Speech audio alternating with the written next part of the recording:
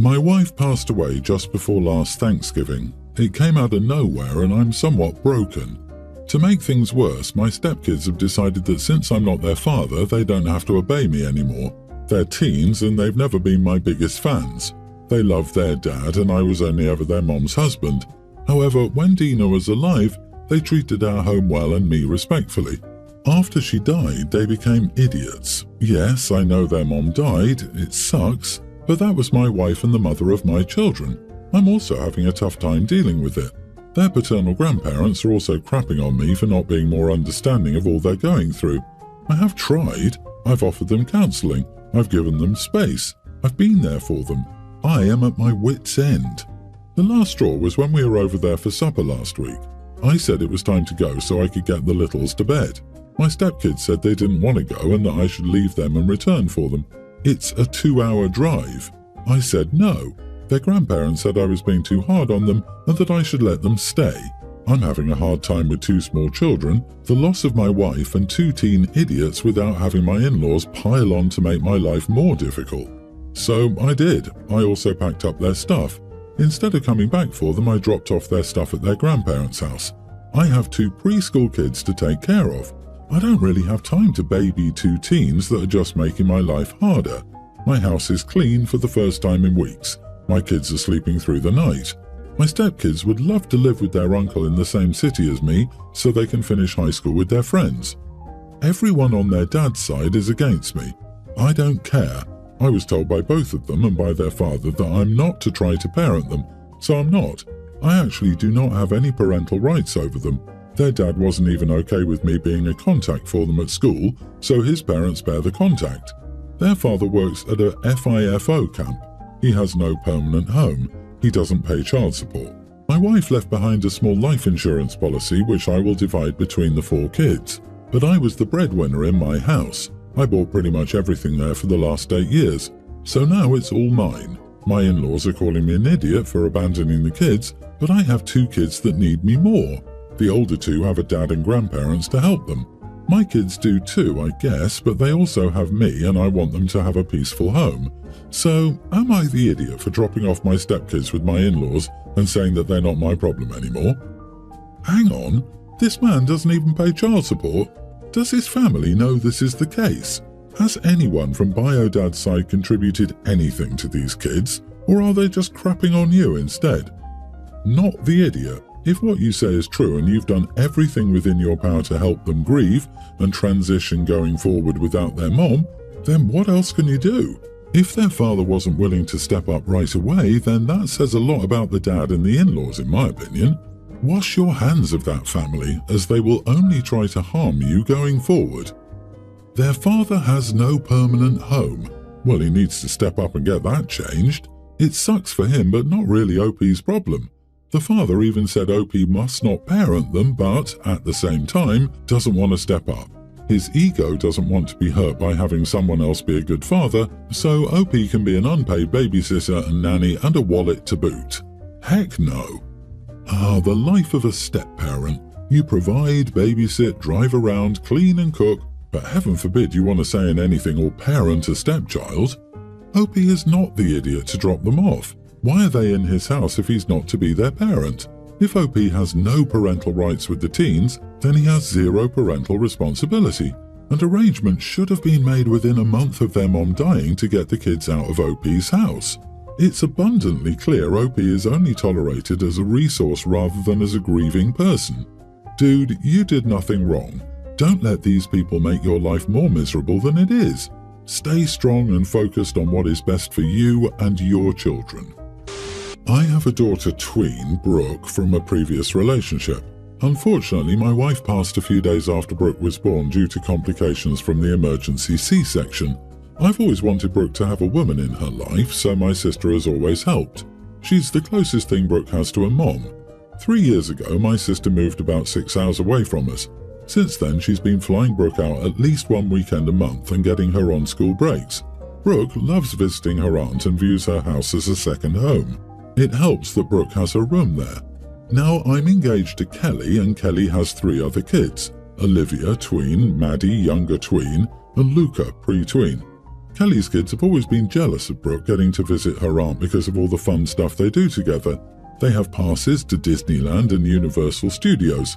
My sister lives on the beach, so they're always at the beach. They go shopping, hiking and horseback riding. She even taught Brooke how to drive, boat and golf cart, no car yet. I've asked Brooke to only talk about it in private, but tensions are rising between her and her step-siblings, so she's been rubbing it in to make them angry. Now my stepkids want to go with Brooke to visit my sister, but I'm saying no. My sister is basically Brooke's mom, but they have both a mom and a dad. Plus, I don't think my sister would like to have 3 extra kids in her house every time she wants to see the kid she helped raise.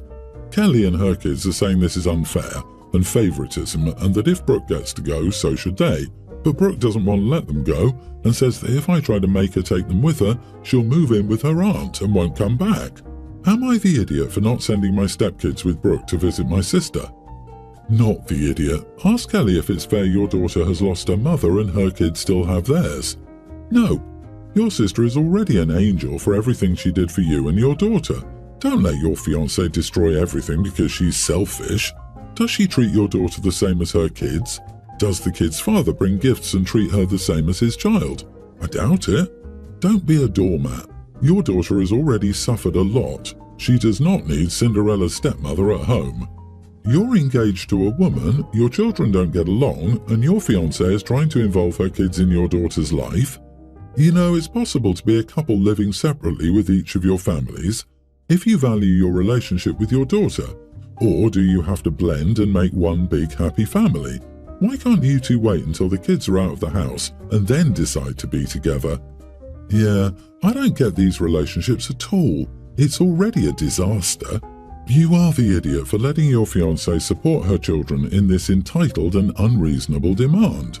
You should set very clear boundaries with her, including that she makes it very clear to her children that they will not go on these trips or are entitled to. If she doesn't agree, stop the wedding. My wife and I are having our first kid soon and know it's going to be a boy. It's been hard to agree on names. She's steadfast in picking a name that we both agree on, but we pretty much have opposite tastes. I have a very basic and common first name, which I like, so I gravitate towards simple and classic names like James, William and Daniel. She likes not that. She suggested the name Dean the other day, and I was considering it until I found out she picked it because it was the name of her teen TV crush. She dug in her heels and insisted that she just liked the name and wasn't going to name her kid after the character, and watching an old episode of the show reminded her of the name. I'm like, that is exactly what naming your kid after a TV character means. So I said, how about this? I will give you a preemptive blanket veto on TV show names. I want to avoid hearing suggestions of a little Zuko or Sherlock or anything like that, and any other name is on the table. Is that fair? And she said, no, that is not fair, and I'm being an idiot and putting words in her mouth. My position is that if you try to pick a TV name for your kid, at least own up to it and admit it's a TV name. I'm more annoyed at the transparent denial at this point than the fact that she suggested it in the first place. Am I the idiot for putting a blanket veto on all TV show names for our son? James and his giant peach, William, Willy Wonka, and Daniel, Danny Turner would all tell you how stupid this idea is, and those are just the first few I thought of off the top of my head. Can you name a name that hasn't been used in TV or movies? Dude, you are the idiot. Grow up, OP.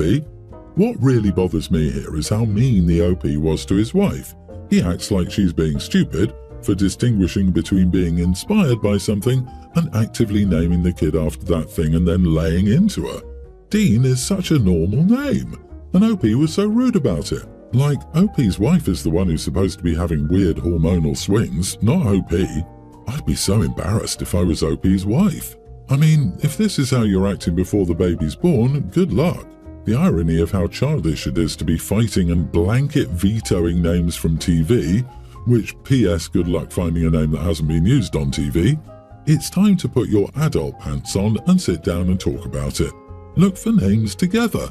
Plenty of lists are floating around based on themes, meanings, colours, or mythical gods. Unless all of those are blanket vetoed too. I, 24 female, am very unhappy with the whole situation. My childhood best friend Libby, 22 female, has a red-tailed black cockatoo named Carrot Cake. She's had him since she was 5, so she's very attached to him. She only went to community college to stay home and be near carrot cake. All our mutual friends love carrot cake, and so do I.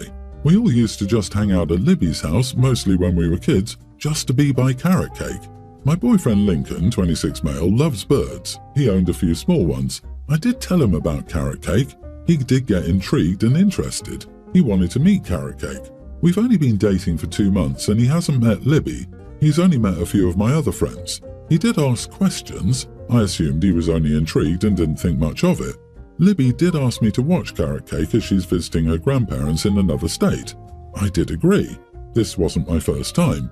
Libby dropped carrot cake off and he's been doing great. He's been very loving, been very active. I let him fly around. I did invite Lincoln over as he was staying the night. He invited his best friend Maxon. Both were playing games and doing their own thing. I was napping during the whole thing.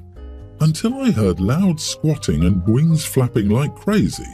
I woke up and walked into my office to see Lincoln trying to grab carrot cake. Maxon was standing there just watching. It was very obvious that carrot cake was stressed. I scolded both of them and asked why they were in my office and bothering carrot cake. Lincoln told me he wanted to hold carrot cake. I told him he's unfamiliar with you or Maxon, so he's scared. Lincoln tried to argue, but I told him to go to the living room. I told Maxon to leave. I had made sure carrot cake was okay, and he was. I put him in his cage and made sure to cover it so he could sleep. I locked my office and had the keys in my room with me. I told Lincoln not to go into my office without me. I just went back to sleep and asked Lincoln to go to sleep. So we both did. I woke up to my boyfriend gone and my keys misplaced. I tried calling him, but he didn't answer. I went to check on carrot cake to see he wasn't there. I freaked out and just knew Lincoln had him. I called and texted him until he answered. I told him please tell me he had carrot cake, and he did. I asked why and he said he wanted to watch carrot cake for a day. I just hung up and drove to his house. Once I got there, I knocked like crazy and told him to open it. He opened it slightly, but I barged in and got carrot cake. Lincoln was just telling me I couldn't barge in. I just walked by him and drove back home. I did tell Libby about the whole thing and she was grateful I got carrot cake back safely, but we're also very distraught about the whole situation. Lincoln and his friends messaged me that I couldn't just barge into someone's house. I feel like I did the right thing though. Am I the idiot? So, you can't just barge into someone's house, but it's okay for him to take off with someone else's bird? What the heck? Tell him if the messages don't stop, you will report his actions to the police. You did what you had to do. Don't let these idiots make you feel bad about it. Not the idiot, but I hope you mean ex-boyfriend now. I would never trust him again. This is insidious and oafish behavior. He sounds slimy, sneaky and dumb. You need to run. He probably wanted to sell the poor little guy. Considering the breed price though, it puts it into felony theft. So he could still be in deep crap if she'd gotten the cops involved. Sweetie, how many red flags do you need? Lincoln is a low-down dirty thief. End of story. Seriously, I just googled the price out of curiosity. That bird is worth up to $40,000, and there is no way he wasn't planning on selling it. If anything, it's under-dramatic. Because what else is stopping him from doing anything else? What else is preventing him from stealing OP's social, her credit card info, logging into her computer and putting in a keylogger or other spyware, putting in hidden cameras, making duplicates of her keys? There is no possible way to understate just how dangerous someone like that can be. I wouldn't trust that man with a handful of sand in the desert. If my sister 20 was cheated on and didn't do anything crazy, I, younger teen, would console her, but she retaliated by stealing the guy's 21 late sister's ashes and flushing that down the toilet. Said so herself. She was still in tears when telling me and our dad about it. Our dad told her it was okay and he had it coming. Then he looked at me and mouthed, "Say something." I only shrugged because I didn't know what to say. I never imagined such a situation before. It's such a mess. I literally have no idea what to tell her. I thought about telling her she was worse than the guy, but then I figured out that would only start some shouting. Later that evening, she just said that she would talk to her boyfriend and hear him out since she didn't give him a chance to explain himself after her friend told her she saw him with another girl at the mall. It occurred to her quite late that maybe her friend didn't see what she thought she saw. I didn't know she heard about the cheating from a friend. When sister got home, she said the guy denied it and told her he was with their mutual friends, so she called her friend. It took some pressing, but it turned out that this friend had a crush on the guy and made it up to break him and my sister up. However, Dad says I had to support her anyway and that I owe it to my sister because she's my flesh and blood. So I need to know if I'm wrong for not consoling my sister, who was cheated on. Darling, you are not the idiot, but if this is true, you should tell her to get a lawyer because she just committed a fairly serious crime. Someone who reacts with this level of crazy over gossip about what a boyfriend might have done without any confirmation is going to have a few trips to prison in the future. She did what? Geez, I hope the guy calls the cops on her when he finds out. Whether he cheated or not, what she did is just unacceptable and honestly totally messed up. You're not wrong. You seem to be the only person with a moral compass. Your sister needs counseling to help control her impulses. I don't know what to say except do your best to run away from such people. That is not normal or acceptable human behavior. When you get cheated on, you break up, pick up the pieces, and move on with your life. You don't go on a destructive, vengeful rampage. Your dad should not just enable her bad behavior because she's crying. Also, your dad shouldn't be dumping his parenting duties on you and guilt-tripping you. You have nothing to do with this mess and are too young to be put in the position of fixing your sister's emotional and relationship problems.